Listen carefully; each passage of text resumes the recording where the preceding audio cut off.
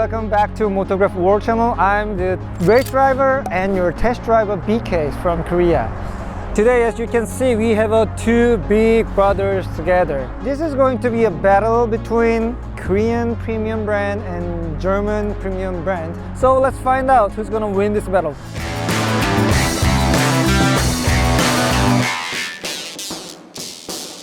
Those two friends have totally different approach from the design angle. Genesis GV80 has slim and angular lines.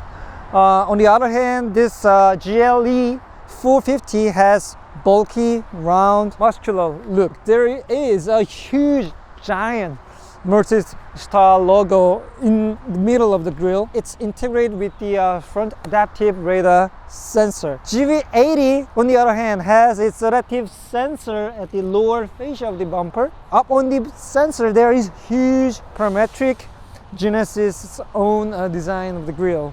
The whole silhouette line, it's been kind of a trademark for this GLE and the former ML series, and the overall design is not a change, so they are following their tradition and they are adding some modern touch. So let's move on to the GV80 side profile design. I need the car to be parked here, but it's going to happen just with this one click of the remote control.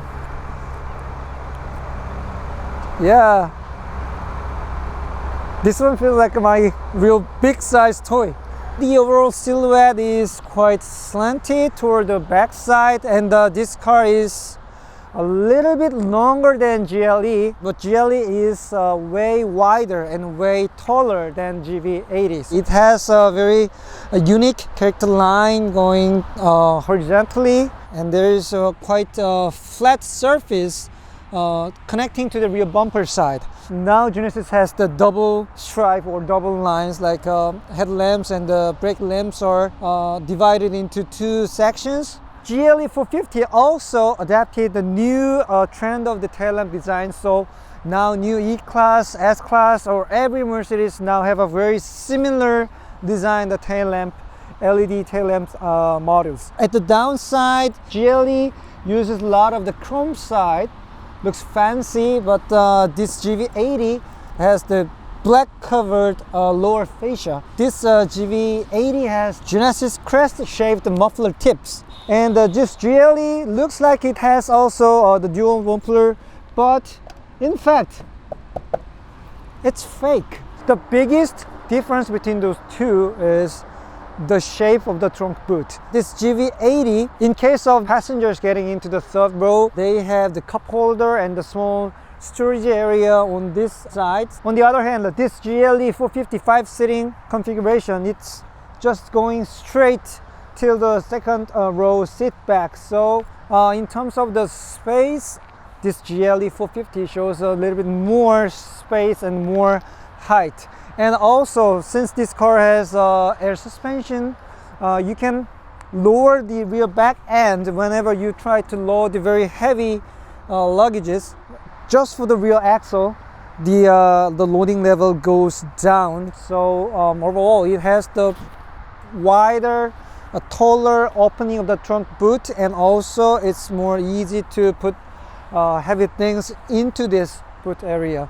GV80 is not that weak competitor because this one has electric folding second row buttons on here, so you can make second row folding with just one click here like this. So whenever you need extra space for the luggage, you can easily make enormous boot space. So this 3.5 engine will be the higher trim available in the US market and other foreign market. It produces about 380 horsepower and 54 kilogram force meter of the torque. This is the new generation of the Mercedes inline 6 engines. It's almost similar power range compared to the GV80. This one is almost 370. That one is about 380 horsepower. But this one is much smaller. Consider the displacement per power, then the overall winner is actually the Mercedes. You know, all the materials, the color combination, they are super. We've test driven other combination of the interior colors. When you choose the dark plastic trim like black or dark brown, this steering horn cover side looks a little bit cheap, but this one, this ivory, the white one, looks fantastic. The most attractive thing is this touchscreen display because it features 14.5 inches wide. It's a really big screen sitting in just center and waiting for your command.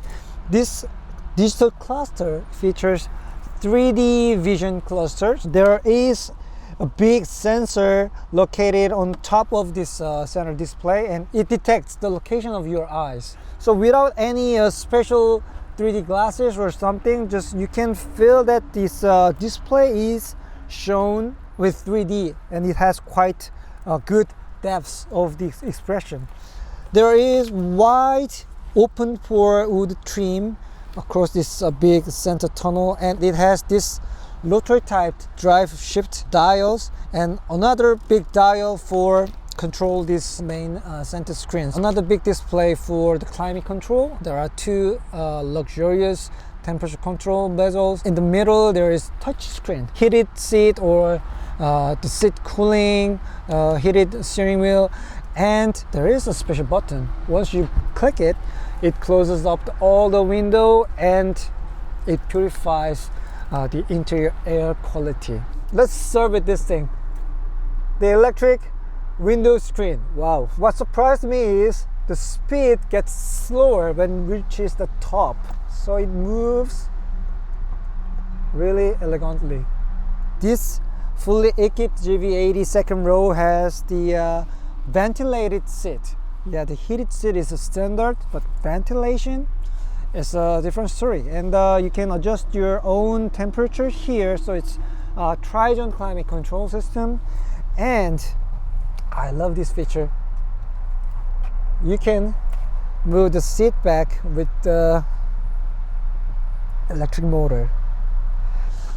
And when you look up, it's all suede covered ceiling, and there are two independent makeup mirrors.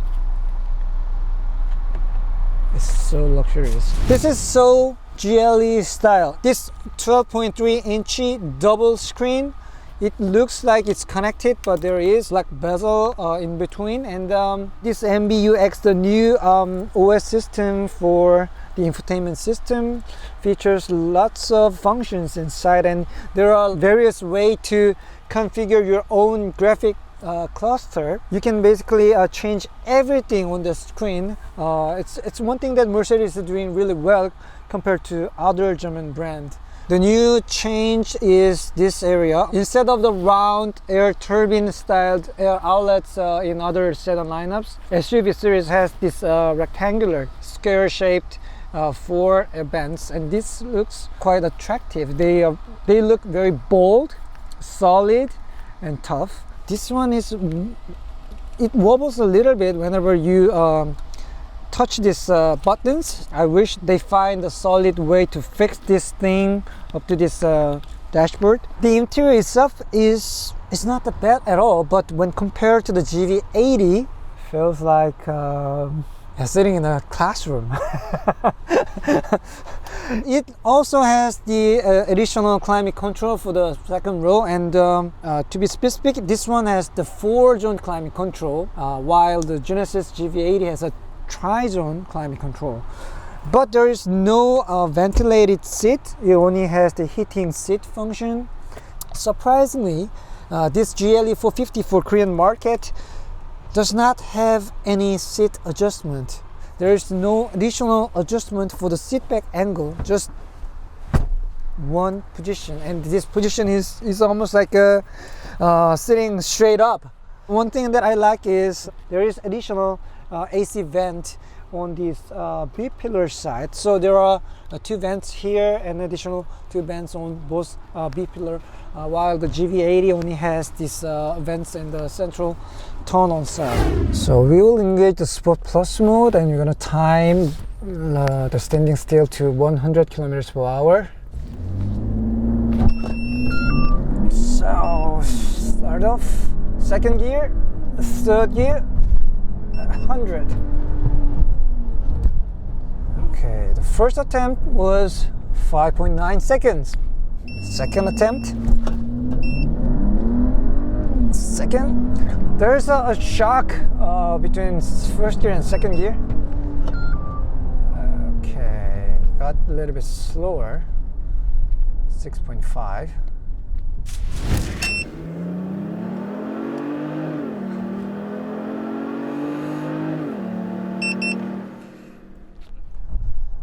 The very first impression on the driver's seat is the super big head-up display. I've never seen such a huge head-up display in my life. It almost looks much bigger than the actual digital cluster. The speedometer is really huge.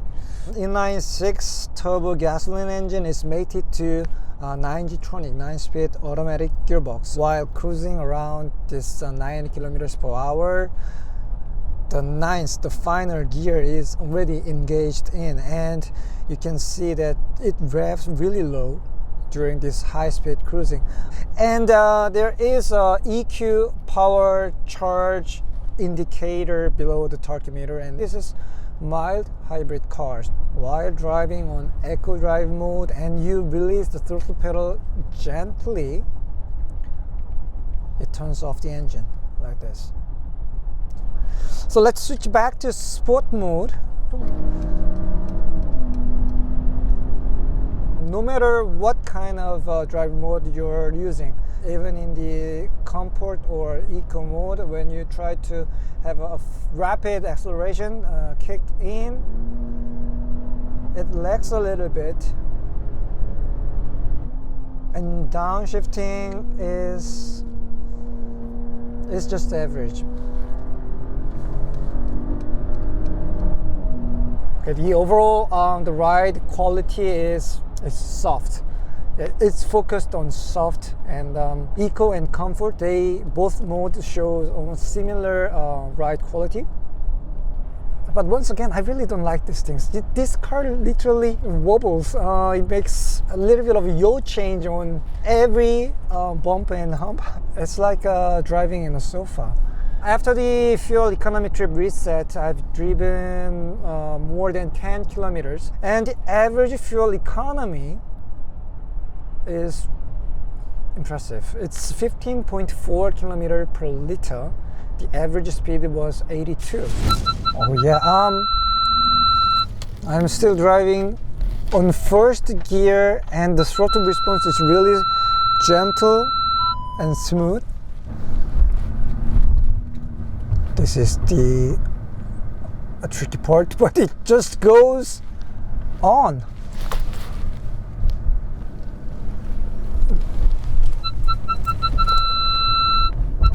Okay, one wheel in the air. Now let's see what happens. It just pulls away, and you can hear that the ABS is locking the wheel in the air, not to waste the pulling traction.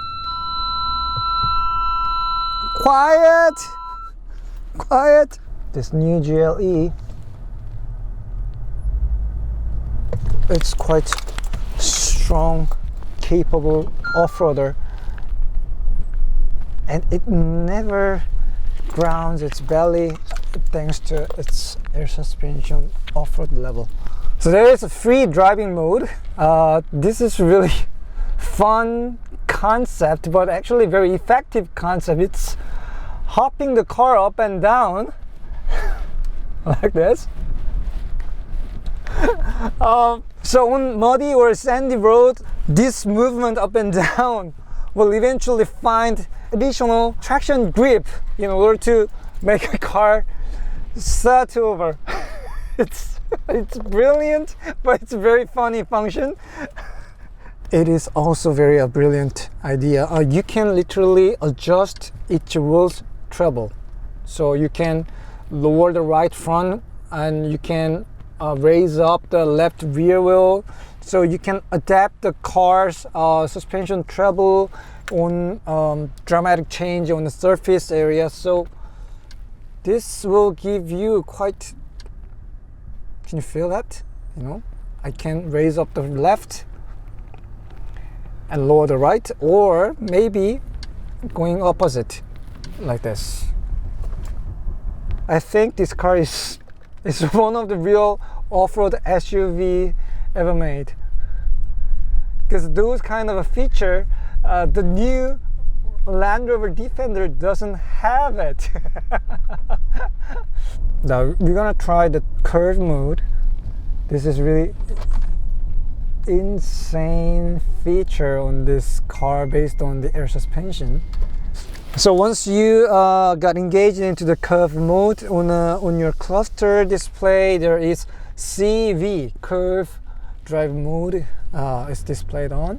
Interestingly, this curve mode is not active when you are in Sport or Sport Plus mode. So that means in Sport or Sport Plus mode, the car will show the natural movement of the rolling. But in this curve mode, especially during the steering work, the car leans inside, the rolls inside like this.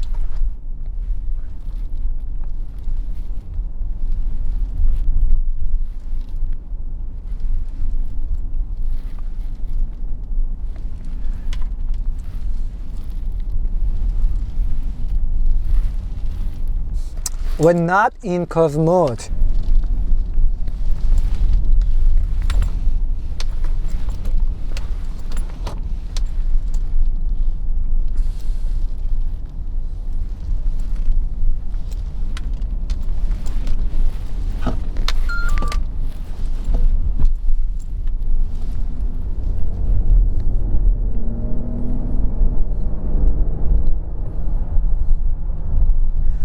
So this feature is really attractive point from the Genesis owners.